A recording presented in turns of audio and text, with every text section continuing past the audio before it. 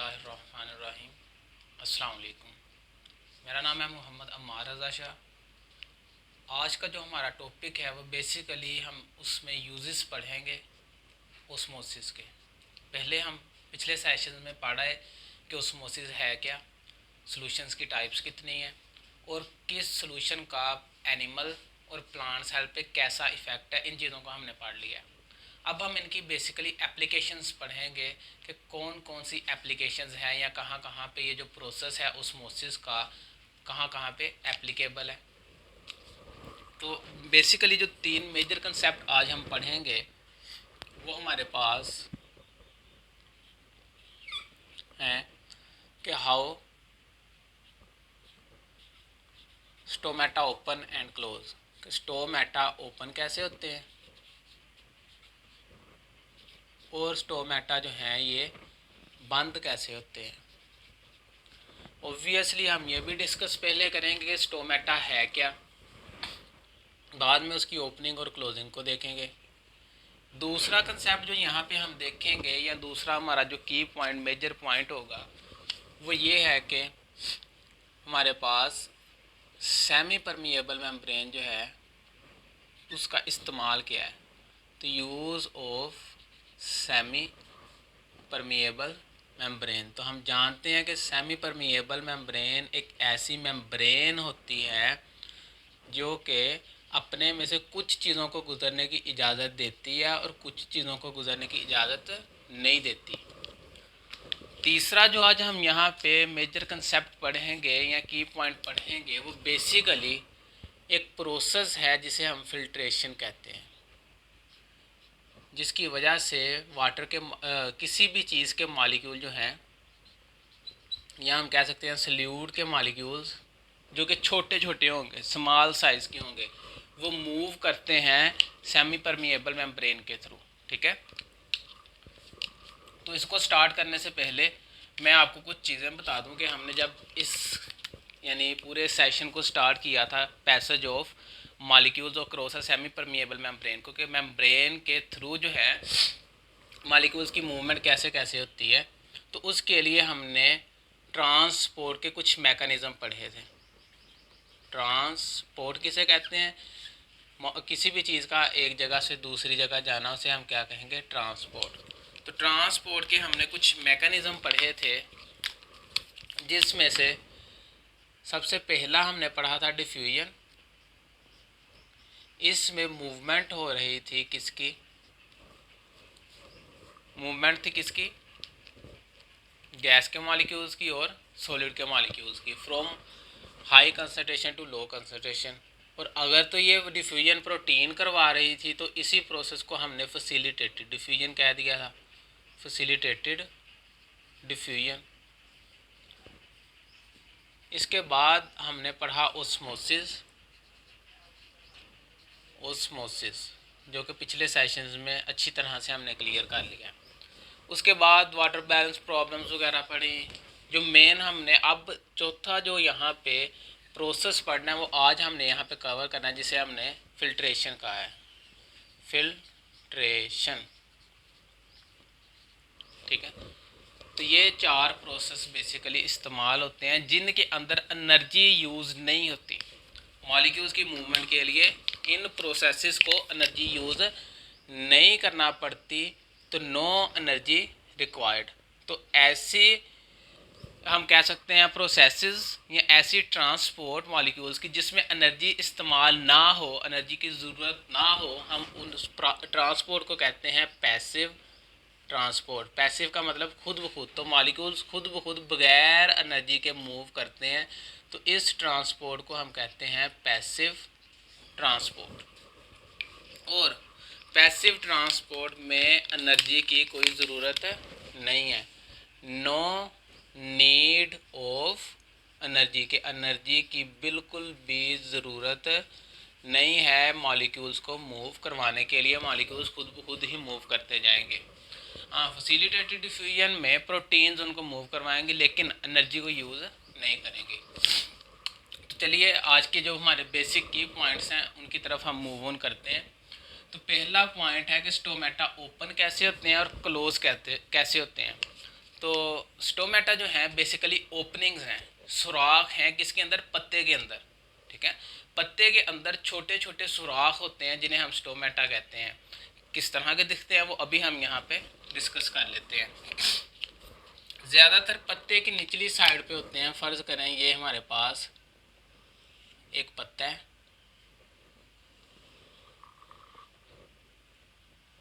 उसको हमने उल्टा कर लिया है। पत्ते के नीचे वाली साइड पे सुराख मौजूद होते हैं जिन्हें बेसिकली हम स्टोमेटा कह रहे होते हैं, यूँ। ठीक है, इस पत्ते को थोड़ा सा हमने ऊपर को उठा लिया है।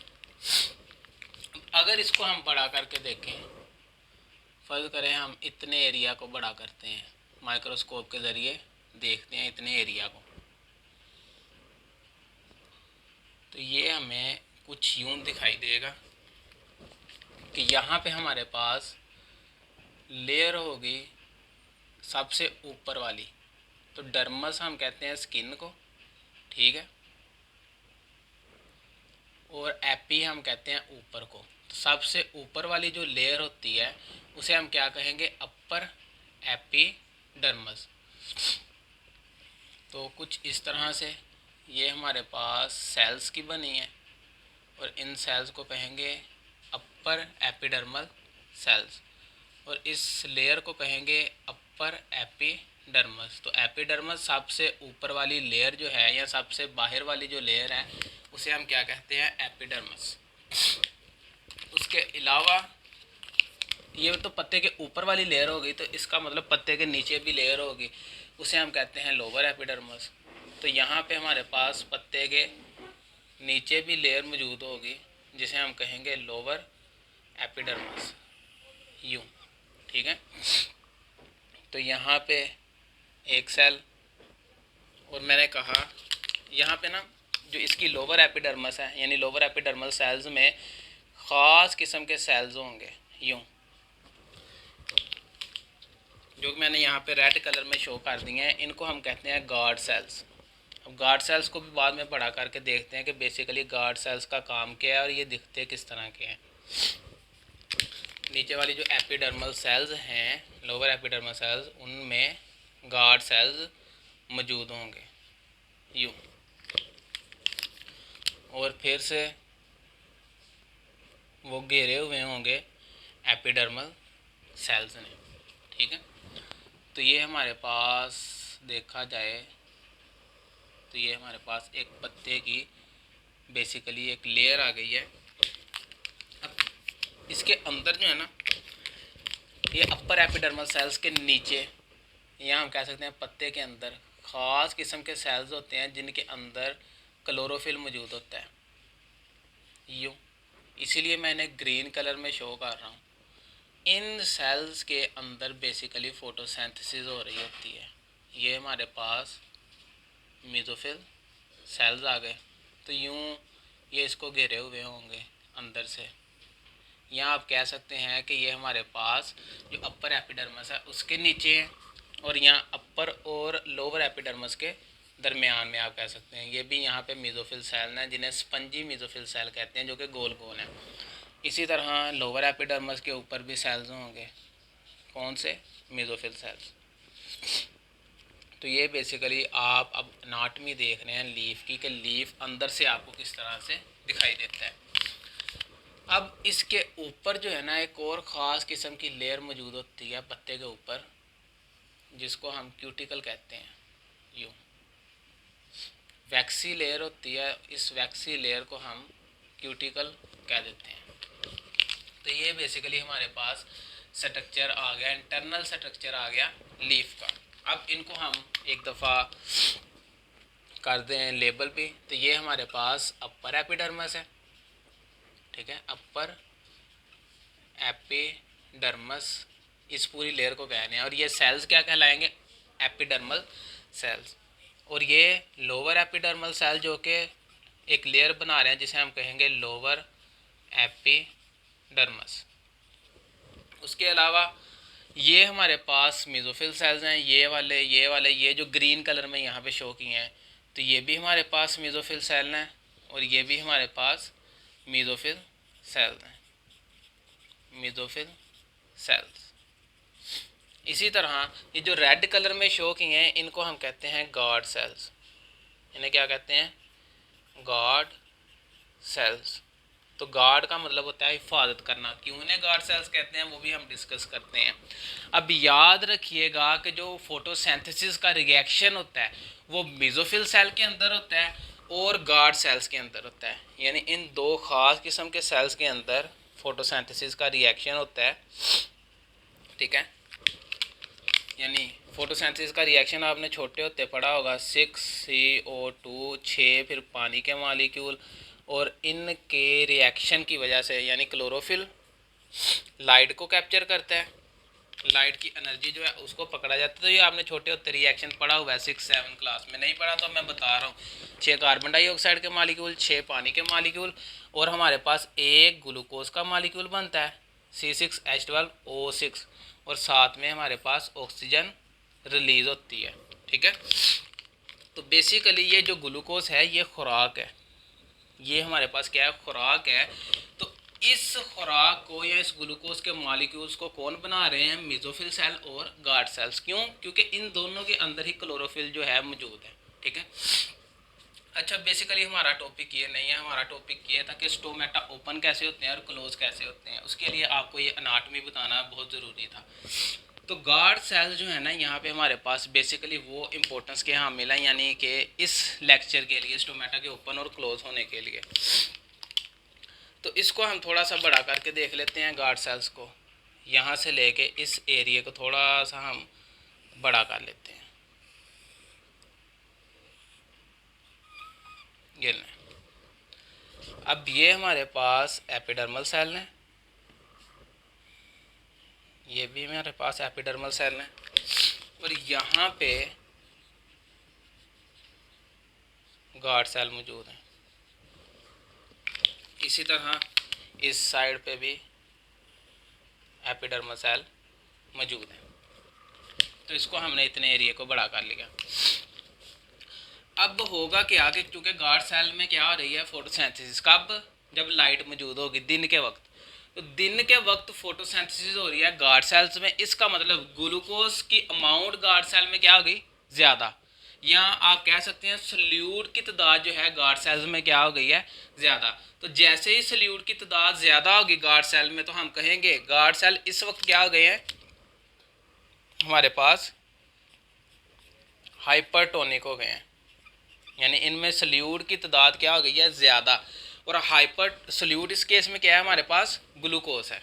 ठीक है, और इसका मतलब इसके अगर ये हमारे पास हाइपरटोनिक है तो किसके मुकाबले में हाइपरटोनिक है? मैंने कहा था ये टर्म हम कंपैरिजन में इस्तेमाल करेंगे। इसके साइड वाले सेल्स के मुकाबले में, जिनमें सल्यूट की तादाद जो है वही नॉर्मल है, लेकिन इसमें क्या है? ज़्यादा। क्योंकि ये तो आप फोटोसिंथेसिस नहीं कर सकते, तो इसलिए हम कहेंगे ये हमारे पास क्या है जी? हाइपोटोनिक है। इनका सोल्यूशन क्या है या इनका साइटोप्लाज्म क्या है? हाइपोटोनिक। किसके मुकाबले में? गार्ड सेल्स के मुकाबले में। तो अब ये हमारे पास हाइपरटोनिक हो गया है, और ये क्या है? हाइपोटोनिक। तो हमने ओस्मोसिस पढ़ा था कि इसमें क्या होती है? कि मूवमेंट होती है पानी के मॉलिक्यूल्स की हाइपोटोनिक सोल्यूशन से हाइपरटोनिक सोल्यूशन में। या जहाँ पे सल्यूट कम है वहाँ से पानी मूव कर जाएगा जहाँ पे सल्यूट क्या है? ज़्यादा। और इस केस में क्या है? ग्लूकोज। तो ग्लूकोज चूँकि ये बनाते जा रहे हैं तो यहाँ पे सल्यूट की तादाद ज़्यादा हो रही है, तो पानी ऑटोमेटिकली साथ वाले सेल्स में से मूव करके इन सेल्स की तरफ आना शुरू हो जाएगा। तो जैसे ही इन सेल्स के अंदर पानी आएगा, तो अब हमने पढ़ा था प्लांट सेल में कि जैसे ही प्लांट सेल के अंदर पानी एंटर होता है, ठीक है, तो वो क्या हो जाता है? हमारे पास टर्जिड हो जाता है, मोटा हो जाता है।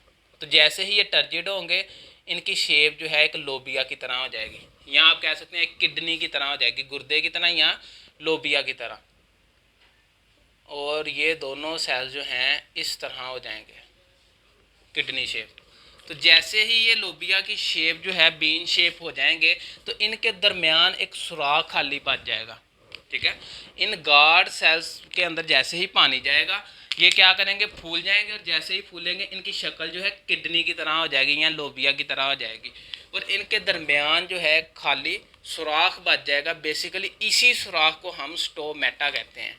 ये जो यहाँ पे सुराख है ये वाला, इसे ही हम स्टोमेटा कहते हैं, स्टोमेटा। तो ये पत्ते की नीचे वाली जो लेयर है यानी लोअर एपिडर्मिस उसके अंदर होते हैं, ठीक है। अब स्टोमेटा जैसे ही ओपन होगा खुल जाएगा। अभी आपको पता चल गया स्टोमेटा ओपन कैसे होता है, जब फोटोसिंथेसिस होती है जिसकी वजह से सोल्यूट की तादाद ज़्यादा होती है और पानी इन सेल्स के अंदर मूव करता है जिन्हें हम क्या कह रहे हैं, गार्ड सेल्स। तो चूंकि ये स्टोमेटा की हिफाजत कर रहे हैं, एक इधर है और एक इधर है, तो इसलिए हम इन्हें क्या कहते हैं, गार्ड सेल्स। और स्टोमेटा ओपन होगा जब गार्ड सेल्स क्या करेंगे, टर्जिड कर जाएंगे, मोटे हो जाएंगे, ठीक है। तो दिन के वक्त ये ओपन हो जाते हैं, रात को जब फोटोसिंथेसिस नहीं होती ग्लूकोज का लेवल जो है कम हो जाता है और पानी इनमें से निकल जाता है और ये फिर से क्या जाते हैं, एक दूसरे के साथ अटैच हो जाते हैं और स्टोमेटा बंद हो जाता है। अच्छा, तो स्टोमेटा जो है इसका मतलब ओपन कब होगा, दिन के वक्त। ओपन ये कब होगा, डे टाइम। और क्लोज ये कब होगा, रात के वक्त। नाइट टाइम ये क्या हो जाएगा, क्लोज हो जाएगा।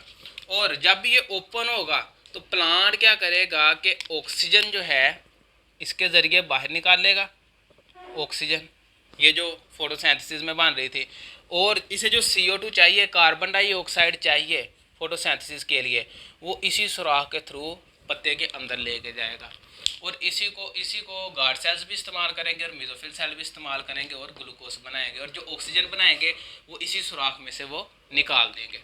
तो आपको पता चल गया बेसिकली कि हमारे पास स्टोमेटा ओपन कैसे होते हैं और क्लोज कैसे होते हैं। कि जब फोटोसिंथेसिस हो रही है दिन के वक्त ग्लूकोज की अमाउंट या सोल्यूट की अमाउंट गार्ड सेल्स में ज़्यादा आ जाएगी, जिसकी वजह से पानी उधर मूव करेगा जहाँ पे सोल्यूट क्या है, ज़्यादा, ठीक है। और जैसे ही सोल्यूट इसके अंदर ज़्यादा होगा पानी इसके अंदर आ जाएगा और ये सेल्स जो हैं जिन्हें हम गार्ड सेल्स कह रहे हैं जो रेड कलर में यहाँ पे, ये मोटे हो जाएंगे और स्टोमेटा जो है ओपन हो जाएंगे, ठीक है। और जब रात को फोटोसिंथेसिस नहीं हो रही क्योंकि लाइट मौजूद नहीं है, ग्लूकोज का लेवल ड्रॉप होगा, पानी भी इसमें से निकल जाएगा और ये फिर से बंद हो जाएंगे। तो इस तरह स्टोमेटा ओपन होते हैं और क्लोज होते हैं। तो ये आपने पहला टॉपिक जो है इसको डिस्कस कर लिया, ये आपने पहला टॉपिक डिस्कस कर लिया। दूसरा हम देखेंगे कि सेमी परमिएबल मेम्ब्रेन हमने इतनी दफ़ा पढ़ी तो है, क्या हम इसे अपने फ़ायदे के लिए भी यूज़ कर सकते हैं। सेल्स तो हमारे जिस्म के करते हैं, लेकिन क्या हम इसे आर्टिफिशियली भी यूज़ कर सकते हैं सेमी परमिएबल मेम्ब्रेन को। तो इसका जवाब है हाँ, हम इसको इस्तेमाल कर सकते हैं। तो पहला कंसेप्ट आपने यहाँ पे पढ़ लिया, कौन सा, कि opening and closing of stomata, opening and closing of, किसकी ओपनिंग एंड क्लोजिंग, स्टोमेटा की। और स्टोमेटा है क्या, बेसिकली सुराख है जो कि बेसिकली गार्ड सेल्स के टर्जिड होने की वजह से बनते हैं। अब दूसरा जो मेजर कंसेप्ट यहाँ पे डिस्कस होने लगा है वो है कि use of semi permeable membrane. इसे भी रेड कलर में यहाँ पे लिख लेते हैं, number 2, use of semi permeable membrane. तो यहाँ पे सिर्फ मैं यूज़ की हेडिंग दे रहा हूँ क्योंकि पॉइंट नंबर 2 से मुराद यही है कि सेमी परमिएबल मेम्ब्रेन का क्या इस्तेमाल भी है। तो हमने ऐसी मेम्ब्रेन्स बना ली हैं जो कि अपने में सब, क्योंकि सेमी परमिएबल मेम्ब्रेन वो है जो कुछ को गुजरने की इजाज़त देगी और कुछ को गुजरने की इजाज़त नहीं देगी। तो हमने ऐसी मेम्ब्रेन्स बना ली हैं जो अपने में से बैक्टीरिया को गुजरने की इजाज़त नहीं देती लेकिन पानी के मॉलिक्यूल्स को गुजरने देती हैं। तो हमने क्या किया, जो फिल्टर्स हैं जो कि हम कहते हैं कि बैक्टीरिया फ्री वाटर जो है उसको बनाते हैं या पानी को फ़िल्टर करते हैं जिसमें से बैक्टीरिया निकल जाता है। तो वो फ़िल्टर्स क्या करते हैं, फ़र्ज़ करें ये मेरे पास एक सेमी परमिएबल मेम्ब्रेन है, यहाँ पे इस तरह से कर लेते हैं, फ़िल्टर के अंदर ये सेमी परमिएबल मेम्ब्रेन है। अब उसके अंदर वाटर के मॉलिक्यूल्स भी हैं, ये मैं यहाँ पे नीले कलर में शो कर रहा हूँ वाटर के मॉलिक्यूल्स, यूँ, और उसके अंदर बैक्टीरिया भी हैं हमारे पास जो कि मैं यहाँ पे चलें रेड से ही शो कर दे, ब्लैक से शो कर लेते हैं कि उसके अंदर बैक्टीरिया भी मौजूद हैं पानी के।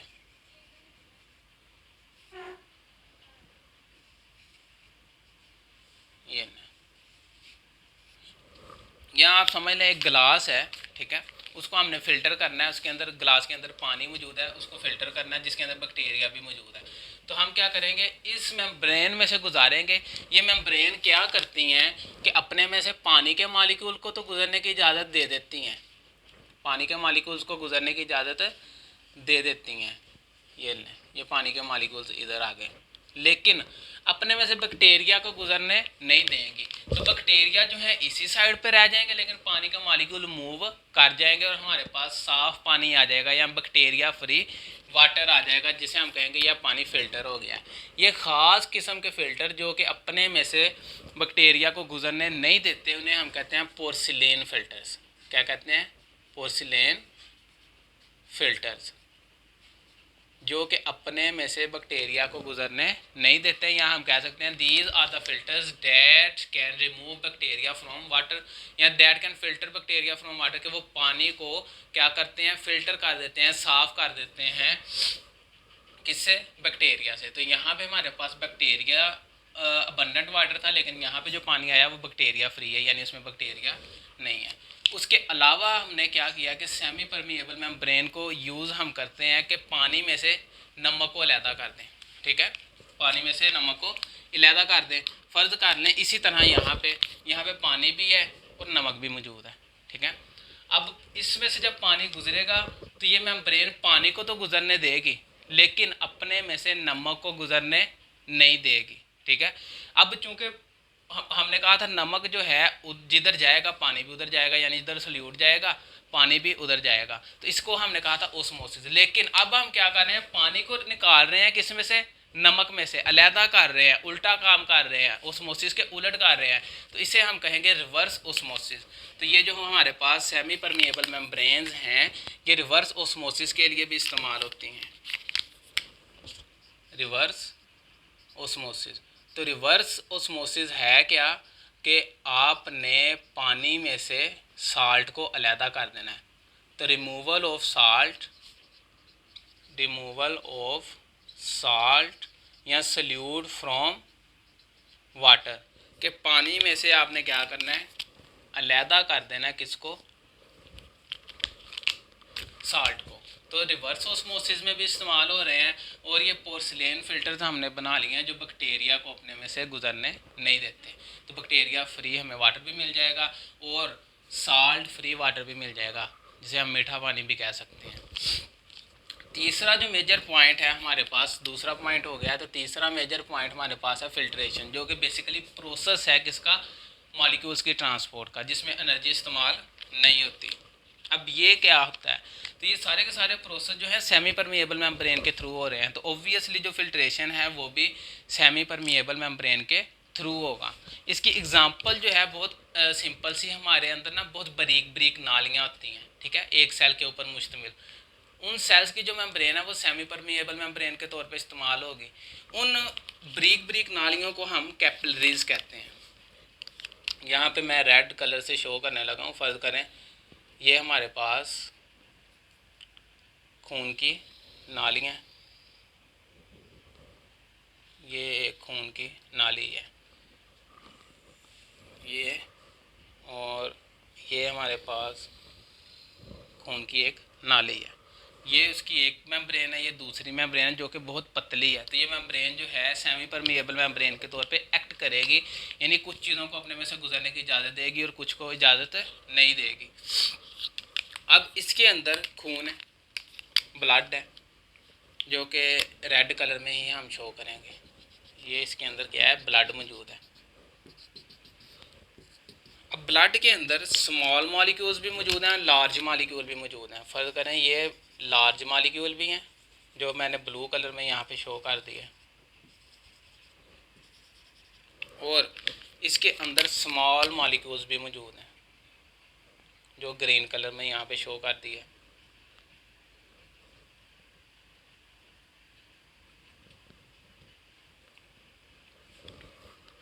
अब क्या होगा कि ये मेम्ब्रेन जो है अपने में से इन स्मॉल मॉलिक्यूल्स को गुजार देगी।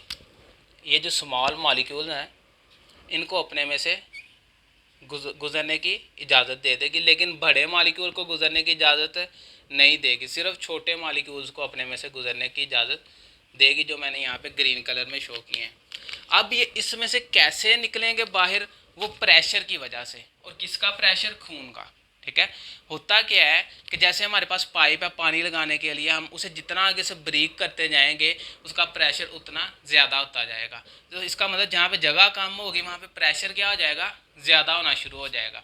तो ये कैपिलरीज पहले तो खून की बड़ी नालियाँ होती हैं, फिर ये बहुत बारीक नालियाँ होती हैं। जैसे ही ये छोटी होती हैं, बारीक होती हैं, तो इनमें खून का प्रेशर ज़्यादा आ जाता है और खून के प्रेशर की वजह से ये छोटे छोटे मॉलिक्यूल जो हैं ये सेमी परमिएबल मेम्ब्रेन के थ्रू बाहर को धकेले जाते हैं।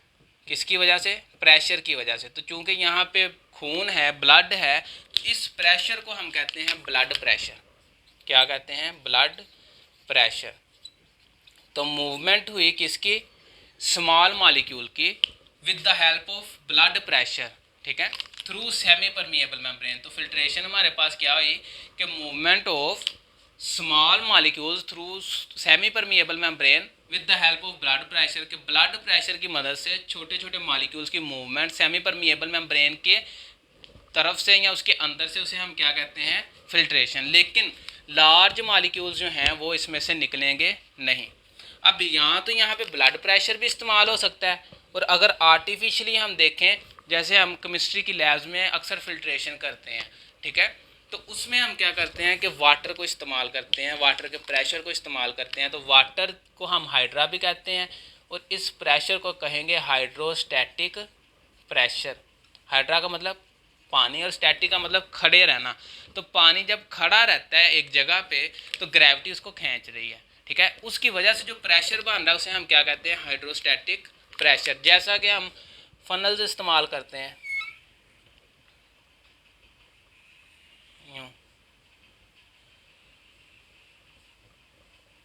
फनल्स इस्तेमाल करते हैं कहाँ पे, केमिस्ट्री लैब्स में अक्सर। तो उसके अंदर हम फिल्टर भी लगा देते हैं, फिल्टर पेपर। ये जो रेड कलर में यहाँ पे शो किया है, इसके अंदर फिल्टर पेपर लगा दिया जाएगा।